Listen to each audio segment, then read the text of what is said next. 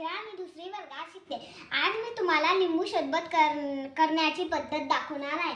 आपल्याला लिंबू सरबतासाठी साखर, लिंबू, थोडंसं मीठ व पाणी लागते. मी लिंबूचा रस काढलेला आहे. आपण पाहूया आता लिंबू सरबत. मी आता थोडेसे लिंबाचा रस टाकत आहे.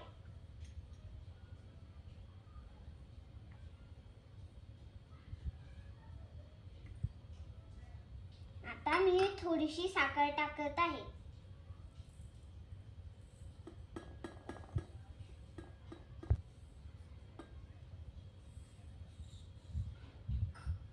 आता मी मीठ टाकत आहे.